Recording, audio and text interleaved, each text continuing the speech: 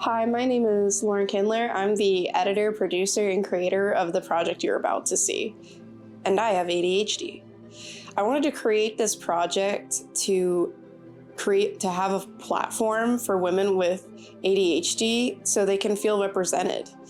I see a lack of representation for women with ADHD, which is present as all the research I've done for this project in preparation. All the books were aimed towards men and children. There was very few resources that specifically relied on research for women with ADHD. I think having ADHD, one of the most difficult things is feeling like you're alone in this and feeling like it's just, you're not validated. You don't have anyone to connect with or connect to. And it's so difficult to feel alone and like you're crazy and you don't have anything or anyone to validate your thoughts and your feelings and your experiences. So I think it's really important to take note that the experiences of these women that you're about to see that have ADHD are valid and they're real. These women aren't the only ones. There are so many people. I got so much outreach from these posters that I posted for looking for people to interview.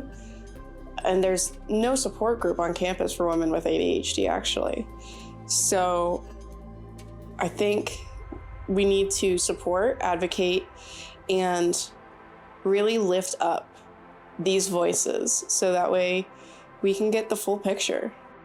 My name is Tabitha Messmore, and I am a woman who was diagnosed with ADHD late in life. I am also the mother of some neurodivergent kiddos. My name is Laura Dunsikabuda. I'm a clinical licensed mental health counselor. I have been practicing with neurodiverse folks, including women with ADHD. Bailey Spicer. I'm 21. And my connection with ADHD is that I have it. My name is Alexa Alberta Romero. My name is Jennifer Henry, and I guess I have kind of a couple connections to ADHD. I have it myself. So I have my own lived experience that I'm quite familiar with. And then I work as a licensed professional counselor in Ohio. I work with a lot of kids, teens, and adults, some of whom have ADHD themselves. I guess I'd explain that it just makes it harder for me to regulate things in my life. It is a neurodevelopmental disorder of the brain and not a moral failing on the person with ADHD's part and not a moral failing on the part of the parents. ADHD is not caused by sugar or technology or bad parenting. ADHD is a genetic, hereditary disorder that affects our brains and our ability to regulate and plan, organize, and kind of navigate through life the way that an average person is able to do. There's no deficit of attention. There is usually an overabundance of attention, in fact. Paying attention to many, many, many things all at the same time. And so it can look like a deficit because it may be that we're not paying attention to what you or someone in charge thinks we should be paying attention to, but that's not really it. We're paying attention to lots of different things and it can be overwhelming and it can be distracting and it's hard to control. ADHD is a combination of three factors. Having a lot of energy and not knowing what to do with it, something like hyperactivity. Feeling kind of an impulse and acting on those impulses without always thinking them through with the impulsivity. And struggling to pay attention in the moment, pay attention. So I think that ADHD, a lot of times, you feel like a struggle to stay in the present moment. It really seems a lot more likely that it's simply that women are now recognizing their ADHD for what it was. So a lot of women have that experience where they have the symptoms in childhood, but they either were able to hide or mask or kind of cover over those symptoms enough that others either didn't notice or maybe thought it was coming from something else. And so then they go on assuming that, okay, it must be my fault that I'm not able to be on time, that I'm not able to prioritize well, or effectively manage my life. So really historically, when we've pictured ADHD, we've pictured kind of a classic masculine expression of ADHD. Even the way that the diagnosis was originally thought of, folks were thinking more on like the hyperactivity and impulsivity end of things. But while there's no standard, there's no one singular experience of ADHD, and all men and women can experience it in different ways, a lot of times we find that women more express ADHD internally, so maybe more on like the inattentive end or maybe more internally focused symptoms. Really what the problem is that our diagnostic criteria for ADHD was normalized around men. So we're trying to expand it and see more different types of ADHD. For me, it's very much so like not being able to regulate things. So like emotions are harder to regulate for me. Trying to like keep a clean and orderly space is difficult for me. Trying to like keep track of like homework assignments and things I need to do, and like anything that is not physically in front of me, it's harder. Having ADHD socially feels very isolating. It feels like I can't fit in with other people. I feel like whenever I like meet somebody new, like I feel like they already like othered me whenever they meet me. Having a lot of squirrels in your body, it's a little bit like Paw when it gets going really fast and it's just like do all over. Like that's kind of how my brain feels. I'd say maybe processing thoughts, processing information, because of the way that it kind of requires some of that working memory that's challenged and some of those executive functions that are, again, challenged with ADHD. It can sometimes take more effort and or time. People with ADHD tend to have like more scattered thoughts. And so like we can make like connections between a lot of things that don't seem to be connected, but also like trying to word things in a cohesive manner can sometimes be difficult.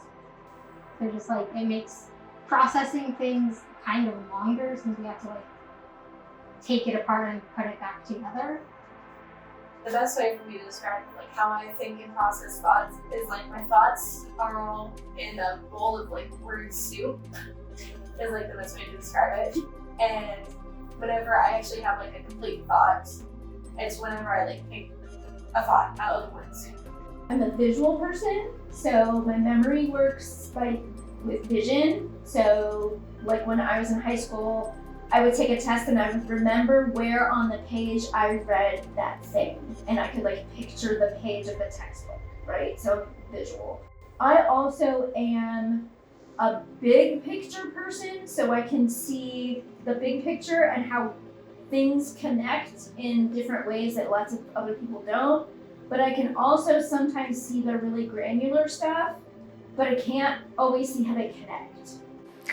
So working memory is impaired in ADHD, in the ADHD brain. It's extra taxed, and it has a limited range, I guess, of working. And so that's one of the things that a lot of people will notice with ADHD. Day to day, it is kind of like daily tasks, like trying to keep my room clean or like trying to do homework, where like I feel it the most. But when it comes to like long term, I feel like I see it more in like my relationships with people, because I have a very hard time maintaining relationships with people because like I forget to text them, and so like the friendships that I do want to keep, I just lose because like I just don't remember to talk to people. I feel like it adds a lot of stressors to my life that other people don't have. Like, all this stress cannot be good on my heart, almost kind of thing. I feel like it's like, I joke sometimes about like, oh, it's gonna make me die young or something. It affects my life negatively less. It's more positive than negative because I'm able to have a job that supports how I and my brain work. I think knowing like officially knowing that I have ADHD has helped, because I can have more grace with myself, and I don't feel like I'm not doing enough.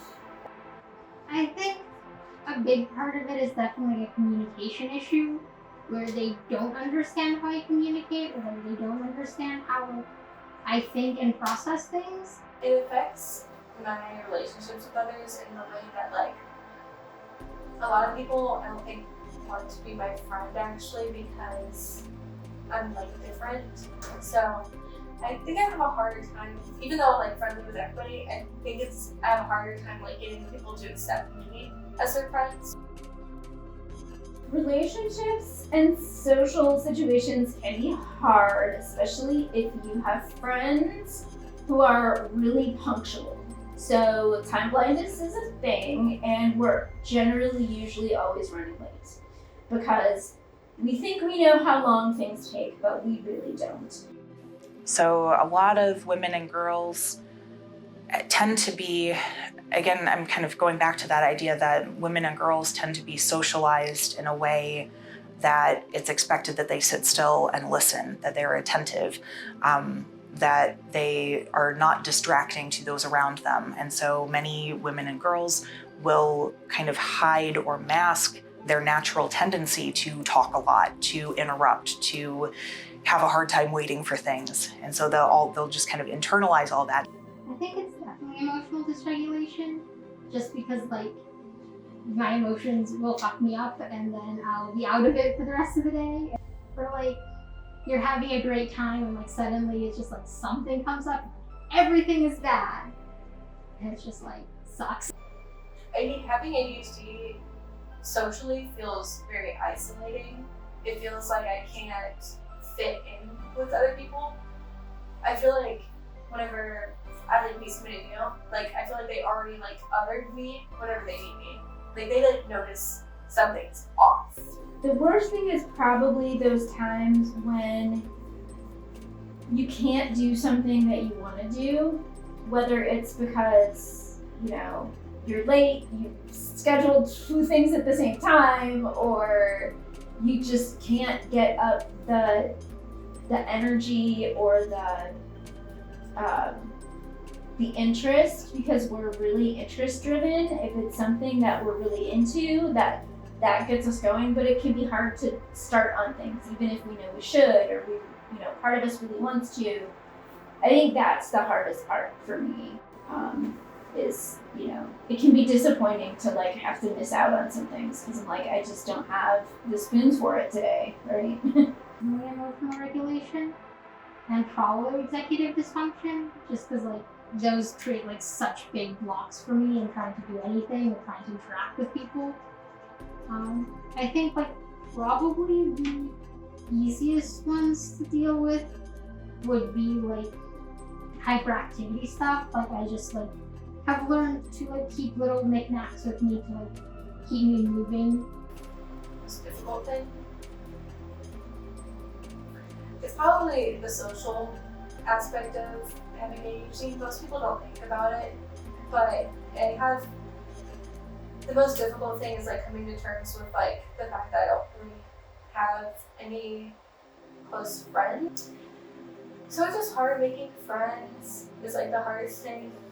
So the easiest symptom for me to deal with is hyper-focusing on things, but also it is one of the hardest things for me to get. Like it just comes across like, it's like unexpected whenever I finally get it. The most difficult now is probably time blindness. Historically has been the hardest for me, just because like, again, when you get to be a certain age of an adult, like you're expected to be able to like get places on time consistently. The being busy part, even though, and I'm getting much better at being really busy and letting myself be really busy, but also letting myself rest, which can be the hard part. Once you kind of let yourself rest, then I think the being busy part it can be a positive. And for me, it's a positive because it means I've achieved a lot of things in my life. I think that people with ADHD tend to like be more creative, and so it allows time for like out of the box thinking. And I feel like a lot of people with ADHD that I met tend to be like very empathetic as well, so they tend to be like good with people. There are some points where you get hyper focused on something and you can't think of anything else to do except that, and then it gets done. It's amazing. Yeah. I think really it's all about how we frame it. I mean, it's a superpower to people who can't do 20 things at once. I don't really regret having it because like one thing I do like about my ADHD is hyperfixations, because I absolutely like love just getting really into a topic and like info dumping and telling everyone about it, which I've done my whole life. I like ADHD has kind of like gotten me into like lots of different hobbies where I have a bunch of little skills, even if I'm not a master at any of them. Yes, I would. I would change my ADHD diagnosis about myself to make so many things harder, and it makes me sad. Sorry. I just wish that I wish I wasn't different. Other people. No. I can't imagine. I don't know. Being normal sounds boring. I think like helping support is like one, figuring out which symptoms are the ones that like you engage with the most, and like actually listening to you when you like explain what's bothering you. So supporting a loved one with ADHD, a great way to support those you love with this disorder is to learn more about it.